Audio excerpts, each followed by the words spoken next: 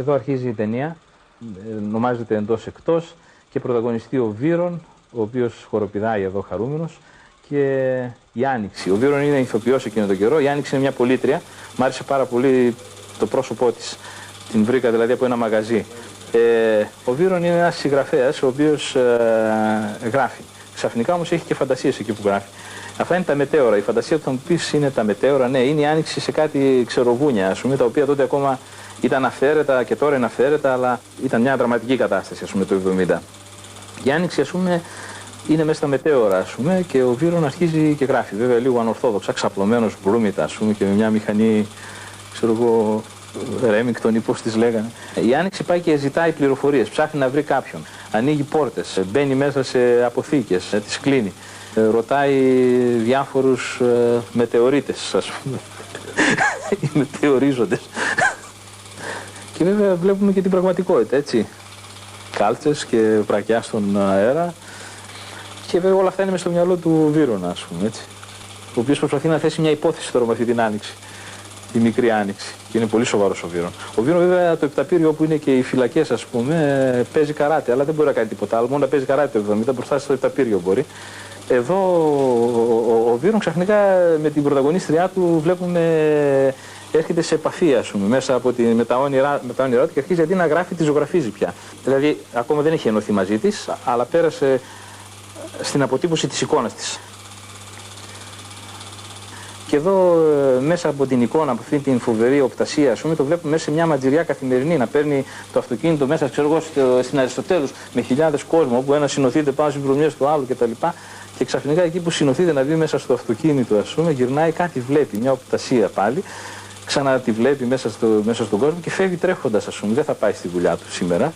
Θα πάει να βρει την Άνοιξη, ας πούμε. Θα τρέξει από το άστ, θα φύγει από το άστ και από τον κόσμο που τον καταπιέζει και αυτή από τη θάλασσα θα την παραλία και πλέον, ας πούμε, πιστεύω ότι κάπου θα ενωθούν εδώ, βέβαια σε έναν άλλο χώρο και θα αγκαλιαστούν. Ο συγγραφέας και η φαντασία του. Ο κινηματογράφος είναι, τώρα πια δεν είναι μια ανάμνηση, αλλά εκείνο τον καιρό ήταν η θρησκεία μου. Δηλαδή την ιατρική την αγάπησα στην πορεία. Τον κινηματογράφο τον αγαπούσα από πάντα. Την ιατρική την αγάπησα στην πράξη, μπαίνοντας μες στην πράξη. Τον κινηματογράφο δεν μπορώ να πω ότι τον απαρνήθηκα, δηλαδή ότι τον έριξα μια πετριά πίσω. Τον αγαπάω πάλι. Και αυτό αποδεικνύεται με τα λόγια που σας λέω σήμερα, ότι αγαπάω το σινεμά. Εδώ παίρνουμε μερικά traveling από ταξί, γιατί δεν είχαμε και αυτοκίνητα τότε, στις περίφημες άδειες καφετερίες της παραλίας. Και εδώ βάζουμε μερικές εικόνες στυλ από τον πόλεμο του Βιετνάμ. Και μετά κάνουμε ένα δικό μας πόλεμο.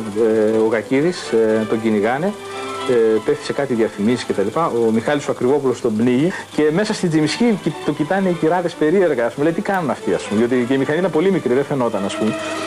Και πλακώνονται, λέει, πραγματικά ήταν έτσι ηθοποιοί που νιώθανε το ρόλο τους. Και εδώ είναι το ισπανικό δράμα. Τώρα εμείς λες και δεν είχαμε δράμα και ήταν το ισπανικό βέβαια, τότε το 70. Και εδώ κάτι γράφει, ένα σύνθημα γράφει ο Γιάννης ο Χατζηγός που είναι στη αρχιτεκτονική, είναι και στους οικολόγους κτλ. Είναι ένα σημαίνος στέλεχος και κάποιος τον καρφώνει με ένα μαχαίρι, είμαι εγώ, με το ένα χέρι τραβάω και μετά βλέπω το σύνθημα που γράφει που είναι Mercedes-Benz. Διότι αυτό λέγαμε το 70, ας πούμε. Mercedes-Benz, αυτό που κάναμε τώρα δηλαδή. Mercedes-Benz 220 SL.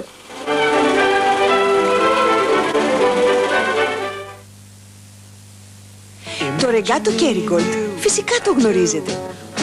Το δοκιμάσατε όμως? Μετά έμεινε. Ένας πόλεμος που Βοσνία, δεν μένει κανένας δηλαδή. Και μετά είναι η μικρή μου ξαδέρφη, μια μπαλίτσα που περνάει μετά τον πόλεμο και φεύγει. Η ζωή συνεχίζεται. Είναι εικόνες κι αυτά. Και εδώ που ψάχνεις να βρεις την αλήθεια, όπως και στο σινεμά. Μόνο που εδώ είναι πιο συγκεκριμένη η αλήθεια. Ενώ στο σινεμά μπορεί να την ψάχνεις και να μην την βρίσκεις. Η διαδρομή ήταν διαδρομή μέσα στα χρόνια.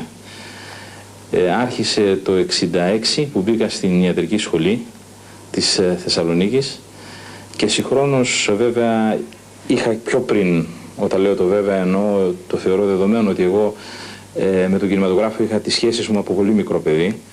Τώρα αυτό βέβαια το λένε όλοι, αλλά θα το πω κι εγώ, ότι όταν ήμουν 7-8 χρονών ή μόλις άρχισα να καταλαβαίνω τον εαυτό μου, πήγαινα σε ένα κινηματογράφο στην γειτονιά μου, στο Ιντεάλ, μεγάλωσα κοντά στο τουρκικό προξενείο της Θεσσαλονίκης, υπήρχε ένας κινηματογράφος θερινός, χειμερινός, και όπως μου λέει η μητέρα μου πήγαινα από το πρωί. Δηλαδή και έβλεπα, ήταν 2 έργα, τα βλέπα από 2 φορές ή 3 φορές, έπαιρνα το φαγητό μου μαζί, καθόμουν εκεί πέρα κτλ. Ήμουνα πολύ μικρός, άρα η διαδρομή ναι μεν άρχισε από το 1966, αλλά η αγάπη μου για το σινεμά ήταν από πολύ μικρός, όπως λένε όλοι βέβαια, οι οποίοι γίνανε σκηνοθέτες. Εγώ δεν έγινα, αλλά λέω την αλήθεια.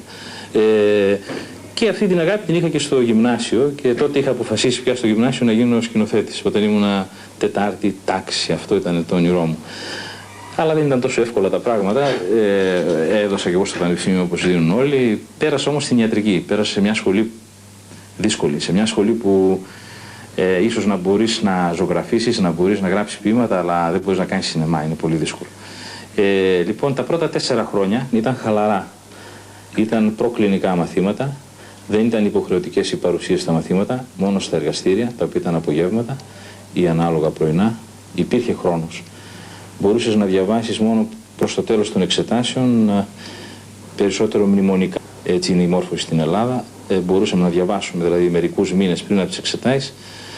Τα μαθαίναμε με μνημονικούς κανόνες, τα περνούσαμε τα μαθήματα. Δεν ήταν τόσο δύσκολα. Τα δύσκολα άρχισαν μετά, όταν άρχισαν οι κλινικές. Εκεί έπρεπε να είσαι παρόν, εκεί έβλεπες την ιατρική, έπρεπε να δεις την ιατρική πράξη, έπρεπε να γίνεις υπεύθυνος πια. Περνούσες από τη θεωρία λοιπόν στην πρακτική. Και η ιατρική είναι πρακτική. Οπότε εκεί έπρεπε να αποφασίσεις τι θα γίνεις. Εγώ έκανα κινηματογράφο τα 4 πρώτα χρόνια. Έκανα από το 66 μέχρι το 70 δηλαδή, με άλλα λόγια. Όταν μπλέχτηκα με τις κλινικές, τα πράγματα άλλαξαν. Και βέβαια γινόταν και προς το χειρότερο συνέχεια. Με τη λογική ότι κάποτε πήρα το πτυχίο μου βέβαια, έπρεπε να κάνω αγροτικό, έπρεπε να πάω στο στρατό να γίνω γιατρός, έπρεπε να κάνω ειδικότητα, που σήμαινε ότι έπρεπε να ασχοληθώ ή να μην ασχοληθώ με αυτό το πράγμα. Δεν είχα άλλες δυνατότητες να τα κάνω δηλαδή και τα δύο. Με αυτή τη λογική αγαπούσα και τα δύο βέβαια. Και ίσως θα έλεγα ότι αγαπούσα πιο πολύ θα το πω δηλαδή, αγαπούσα πολύ το σινεμά. Όχι ότι δεν αγαπώ την ιατρική δηλαδή. Δεν μπορώ να πω ότι η ακτινολογία δεν με εκφράζει. Με εκφράζει γι' αυτό και είμαι σε αυτή τη θέση. Αλλιώς δεν θα αγωνιζόμουν να φτάσω σε αυτή τη θέση, αν δεν με εξέφραζε η ακτινολογία.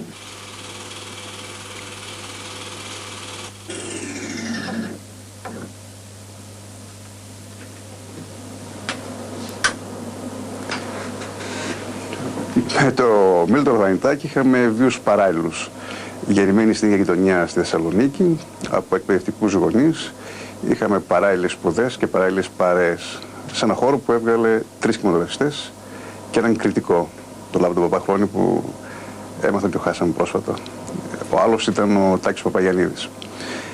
Μαζί λοιπόν μεγαλώνοντας, εκμεστερευόταν ο ένας τον άλλον τις ανησυχίες του και κάποια στιγμή διαπιστώσαμε ότι είναι να κάνουμε κινηματογράφο. Την περίοδο εκείνη, λίγο πριν από τη δικτατορία, να τολμήσει κάποιος γόνος μιας μικροαστικής οικογένειας και μάλιστα με συντηρητικούς εκπαιδευτικούς γονείς να αποτολμήσει κάτι που είναι πέρα από τα συνηθισμένα ήταν ήδη πολύ προχωρημένο, ήταν κάτι το επαναστατικό. Πόσο μάλιστα όταν σύντομα ήρθε η δικτατορία που όλα τα πλάκωνε η φοβέρα και τα έσκαζε σκλαβιά. Λοιπόν, με τον Μίλτο οι ανησυχίες μας ήταν παράλληλες. Ο δρόμος που ακολουθούσαμε ήταν κοινός, πρότυπο η Nouvelle Vague. Ο Μίλτος είχε πρότυπο περισσότερο τον κοντά. Εγώ πιο πολύ στο αφηγηματικό κινηματογράφο θα έλεγα ότι με εντυπωσίαζε ο Τρυφό. Θέλοντας τότε να έρθουμε πιο κοντά στο κινηματογράφο που μας άρεσε, δεν διστάζαμε να κατεβούμε και στην Αθήνα να δούμε κάποια ταινία στην ταινιοθήκη. Όλα αυτά βέβαια κοντά στο πνεύμα του ΖΑΜ, δεδομένου ότι στον ίδιο δρόμο, στην περιοχή Ολύμπου και Αγίας Σοφίας της Θεσσαλονίκης, εκτός από τους τρεις κινηματογραφιστές, τον Μίλτο Παπαγιαννίδη, τον Παπαχρόνη που πέθανε, ήταν η Λέσχη, ο κινηματογράφος που έκανε προβολές, η Λέσχη του ΖΑΜΑ. Μαζί στη συνέχεια στο Πανεπιστήμιο, εγώ στην κτηνιατρική, ο Μίλτος στην ιατρική, με απότερο σκοπό και πόθο να κάνουμε κινηματογράφο. Μάλιστα, καμιά φορά το λέγαμε τον Παπαγιαννίδη, του λέγαμε ότι εσύ, σαν γιατρός, θα βγάζεις κάποια στιγμή χρήματα, είναι πιο εύκολο να κάνεις κινηματογράφο από εμάς. Όχι, λέει ο Μίλτος, θα κάνουμε μαζί, θα κάνουμε ταινίες. Ονειρευόμασταν ταινίες μικρού μήκους. Μάλιστα, ο Μίλτος ήταν ο πρώτος από την παρέα που είχε αποκτήσει μια μηχανή 8 χιλιοστών.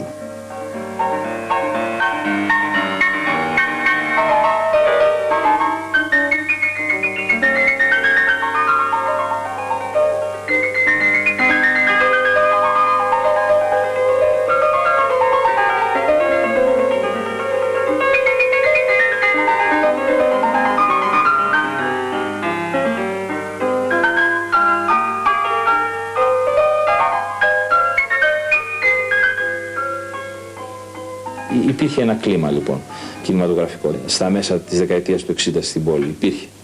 Ήμασταν επηρεασμένοι πάρα πολύ από την γαλλική σχολή. Τα τετράδια του κινηματογράφου, από αυτούς τους σκηνοθέτες που κύρια ο εκπρόσωπος τους, για μένα τουλάχιστον, και ήταν ο Γκοντάρ. Ήταν ένα κύμα επαναστατικό. Δηλαδή νομίζαμε ότι αυτό έσπανε, ας πούμε, το κατεστημένο που γινόταν εκείνη τη στιγμή. Νομίζαμε δηλαδή όλοι ότι είναι μπακάλιδες και εμείς ήμασταν οι κινηματογραφιστές. Εγώ προσωπικά είχα αυτή την εσφαλμένη αντίληψη.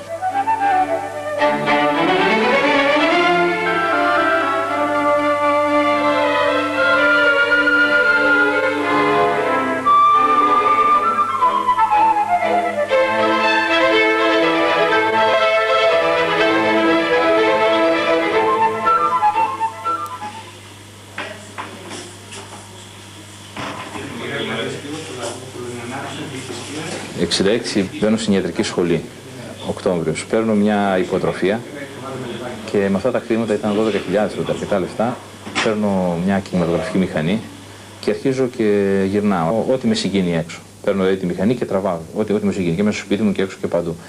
Αυτό το υλικό το μαζεύω και κάνω ένα φιλμ το 1967 τον Οκτώβριο, ένα φιλμ με μοντάζ κυρίως, τις τομές, το οποίο εκτιμήθηκε ένα μικρό φιλμ, δηλαδή πολύ μικρό σε χρόνο, 3 λεπτά περίπου, 3,5 λεπτά, βασιζόταν περισσότερο σε μοντάζ αντιθέσεων και εκτιμήθηκε και είχα πάρει το πρώτο βραβείο τότε. Πιστεύω δεν είχε γίνει άλλο ερασιτεχνικό φεστιβάλ στη Θεσσαλονίκη, πρέπει να ήταν το πρώτο που είχε γίνει, ποτέ.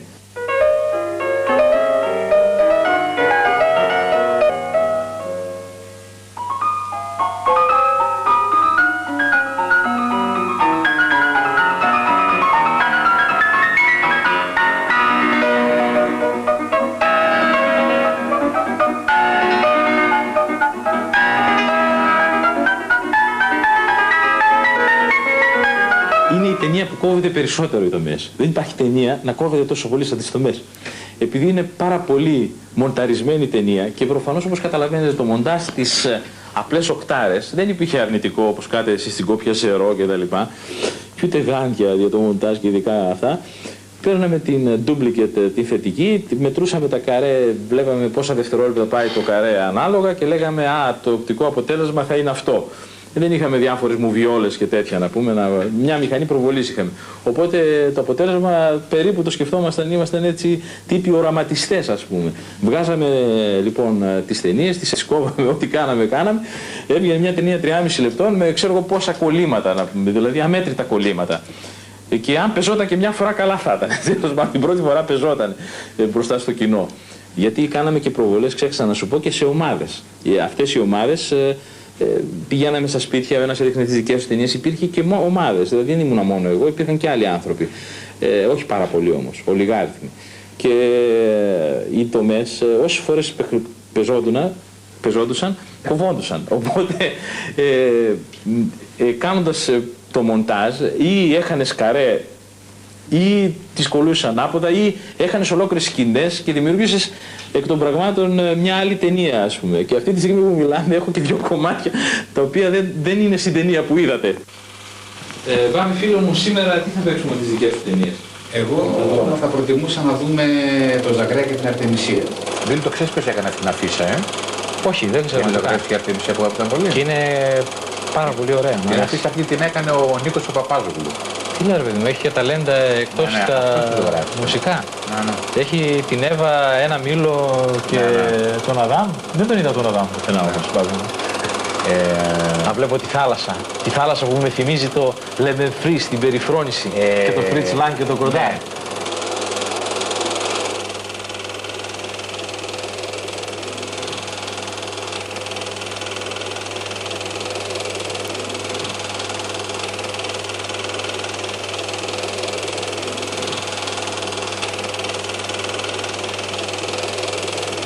Ο Περατέρ ήταν ο Μίλτος ο οποίος είχε μεγαλύτερη επιδεξιότητα, γιατί εγώ ήμουν πολύ αδέξιος, δεν τα κατάφερνα.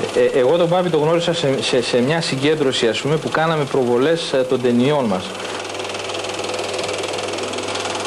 1η Μαΐου του 1966, στο σταθμό λεωφορείων της Θεσσαλονίκης, η μάνα μου με έβαζε μέσα με μια βαλίτσα και ξεκινούσα το ταξίδι μου για την Αθήνα. Λέω η μάνα μου γιατί ο πατέρας μου χολωμένος από την απόφασή μου μου είχε δώσει ένα χιλιάρικο και μου είχε πει ότι όταν σου τελειώσει αυτό το χιλιάρικο και δεις στην Αθήνα, μην παρεξηγηθείς, μην έχεις αναστολές, ξαναγύρισε πίσω, ας πούμε, για να συνεχίσεις τις σπουδές σου. Αυτό ήταν και το βαρύ. Αυτή ήταν η πιο βαριά κουβέντα που είχα ακούσει και υποσχέθηκα στον εαυτό μου ότι δεν θα ξαναγυρίσω, αλλά μόνο θα πετύχω και θα κάνω αυτό που θέλω. Αυτή η απόφασή μου έδωσε και λίγο έναν άλλο αέρα, ας πούμε, και σε κάποια άλλα παιδιά, ας πούμε, στον Τάσο τον Ψαγαρά, που ήμασταν στην ίδια γειτονιά. Και κάθε φορά που ξαναγύριζα στη Θεσσαλονίκη στην περίοδο των διακοπών και τους έβρισκα, βρισκόμουν πάντα πρώτη. Μία από αυτές τις εκπλήσεις ήταν και η περίπτωση του Μίλτου, του Αρβανιτάκη, γιατί τους έβλεπα έναν να ασχολούνται και αυτοί με τον κινηματογράφο. Και θυμάμαι με τον Μίλτο κάτι καλοκαίρια, αυτά τα υγρά καλοκαίρια της Θεσσαλονίκης, κλεισμένοι στο σαλόνι του σπιτιού, με ερμητικά κλεισμένα σε όλες τις πόρτες για να μην ξυπνήσουν οι γονείς του, που μου έδειχνε κάτι φιλμάκια στα 8 mm που είχε κάνει επηρεασμένος τότε από την avant-garde της εποχής εκείνης.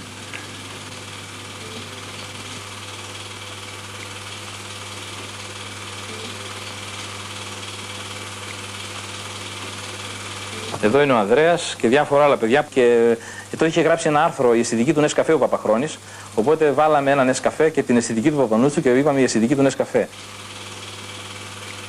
Και βέβαια μιλάει αυτός και τρώει σκαμπίλια, ας πούμε. Και κάποτε συνεχίζει, ξανατρώει σκαμπίλια, κάποτε σταματάει, ας πούμε, να μιλάει. Το να κάποιος, ένας νέος της εποχής, ας πούμε, εκείνης, στα μέσα της δεκαετίας του 60 με τον κινηματογράφο και ειδικά όταν καταγόταν από πόλεις έξω από την Αθήνα, ήταν διπλά πιο επώδυνο και δύσκολο. Δηλαδή ήταν απόφαση ζωής, εγώ πιστεύω. Δεν μπορούσες να πεις ότι θα πάω στην Αθήνα να κάνω σπορ, γιατί μην ξεχνάτε ούτε οι μετακινήσεις ήταν τόσο εύκολες και τόσο άνετες όσο είναι τώρα, αλλά και κυρίως οι δυνατότητες απασχόλησης, ας πούμε, δεν ήταν τέτοιες που θα μπορούσες να σταματήσεις τις σπουδές σου. Αυτές να πας στο άγνωστο. Εδώ έπρεπε να το έχεις πάρει απόφαση, να είναι απόφαση ζωής, ας πούμε, για να ασχοληθείς με αυτά τα πράγματα. Και από αυτή την άποψη εγώ από 14 ετών το είχα βάλει σκοπό, δηλαδή ζούσα για αυτό το πράγμα. Πότε θα έρθει αυτή η στιγμή που θα σηκωθώ να φύγω για να ασχοληθώ με αυτό το πράγμα. Γι' αυτό δεν είχα και ποτέ διαφυγές, ας πούμε, δεν είχα... πώς να σου πω, ανασφάλιση και δεν έψαξα ποτέ στη ζωή μου με το τι θα ασχοληθώ, με το ποια κατεύθυνση θα ακολουθήσω. Ο Τάσος επίσης, ας πούμε, πιστεύω ότι να διακόψεις, ας πούμε, άλλο να διακόψεις μόλις μπεις στο πανεπιστήμιο, ξέρω εγώ, τις σπουδές τις οποίες καν δεν άρχισες, και άλλο αυτό που έκανε ο Τάσος, παραδείγματος χάρη, τις διάκοψε στον 3ο χρόνο. Στον 4ο από ό,τι θυμάμαι, ή εκεί γύρω στο πτυχίο ήταν από ό,τι θυμάμαι. Ακόμα πιο επώδυνο και δύσκολο και πιο ουσιαστική απόφαση. Το Μίλτος τώρα, εγώ πιστεύω μπορεί και το οικογενειακό περιβάλλον να παίξει ένα ρόλο, ας πούμε. Ξέρω εγώ, γιος γυμνασιάρχη, ξέρω εγώ, και με μια κατεύθυνση πιο θετική, ας πούμε, στη ζωή και στις σπουδές, γιατί εμείς κυνηγάμε και λίγο χήμερες, ας πούμε, σε αυτή τη δουλειά. Πιστεύω ότι δεν τα αποφάσισε ποτέ ή δεν τον απασχόλησε πέρα από την ερασιτεχνική ενασχόλησή του. Πιστεύω ότι αν ο Μίλτος, ο Αρβανιτάκης, έκανε κινηματογράφο, σήμερα θα είχε να αρθρώσει ένα δικό του λόγο. Παρακολουθώ τα πονήματα των Ελλήνων σκηνοθετών τόσο στο χώρο του μικρού μήκους. Βεβαίως οι γνωστές ταινίες τις ξέρουμε όλοι. Αλλά δεν νομίζω ότι κάποιος άλλος συνάδελφος έχει κάνει ή έχει ακολουθήσει τον δρόμο που θα μπορούσε να ακολουθήσει ο Μίλτος. Έτσι λοιπόν πιστεύω ότι είναι απώλεια για το σύνολο της ελληνικής κινηματογραφίας που ο Αρβανιτάκης δεν έκανε κινηματογράφο και μάλιστα τον κινηματογράφο που ήξερε να κάνει.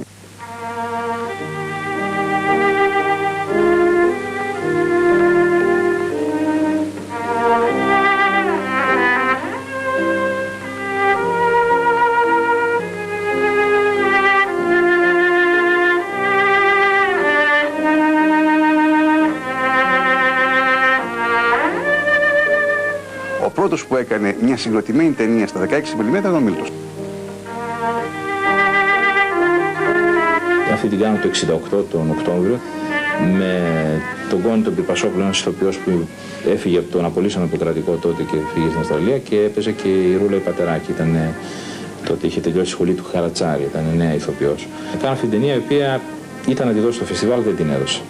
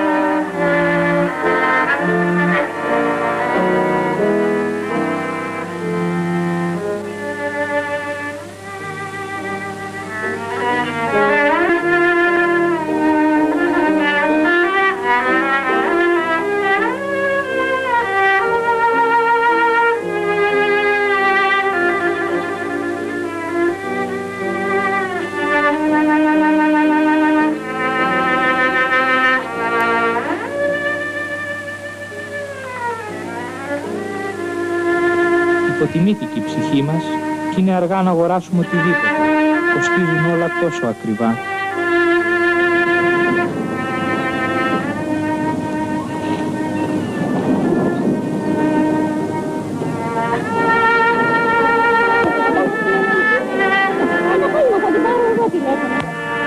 Τι θα κάνω σήμερα?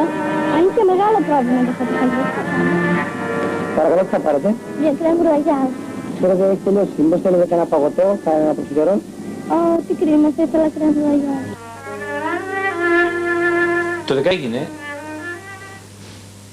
πρώτον γιατί πίστεψα ότι έπρεπε να δοκιμάσω σε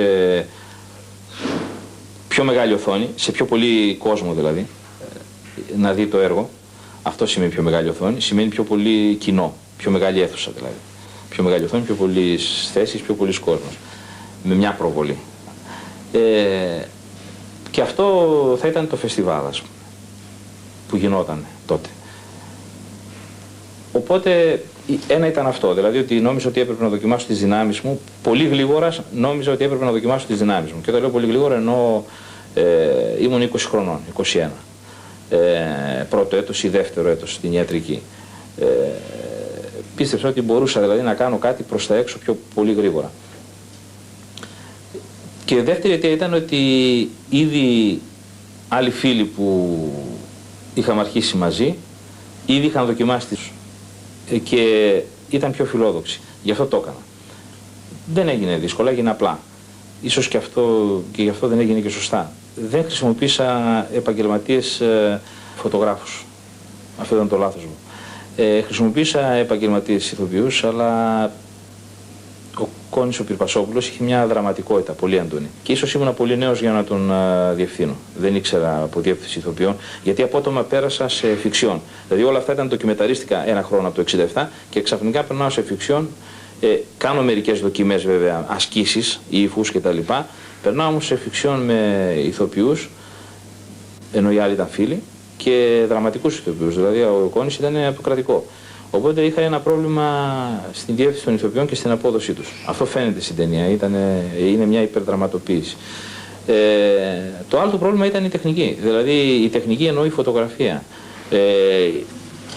Είναι άνηση ταινία τεχνικά, αλλού έχει καλά πλάνα, αλλού δεν έχει καλά πλάνα.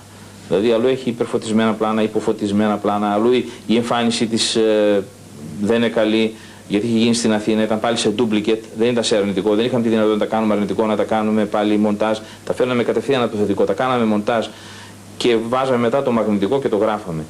Οπότε είχε και τέτοια προβλήματα. Δηλαδή η τελική κόπια δεν με ικανοποίησε εμένα, με άλλα λόγια.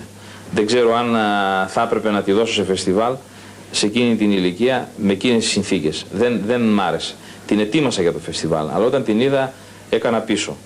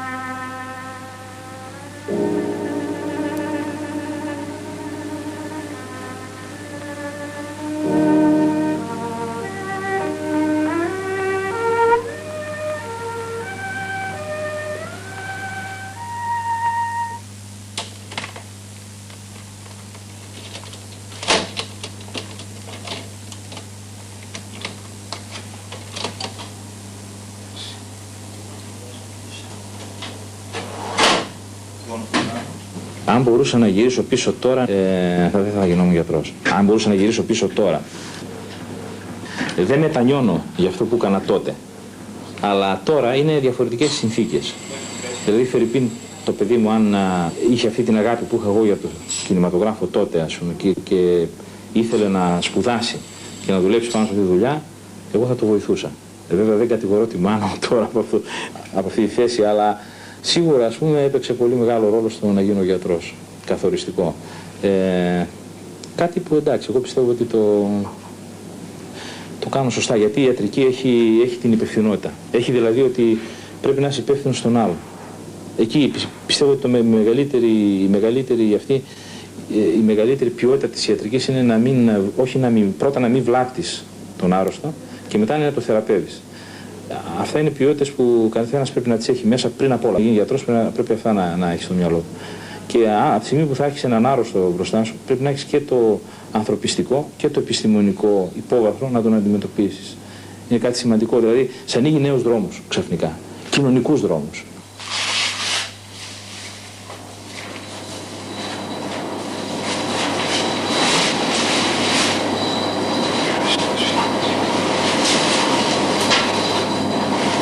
Όπως είδατε, παιδιά, το εσωτερικό των ανθρώπων πια το βλέπουμε στο monitor και όχι στο βιζέρ. Γεια σας.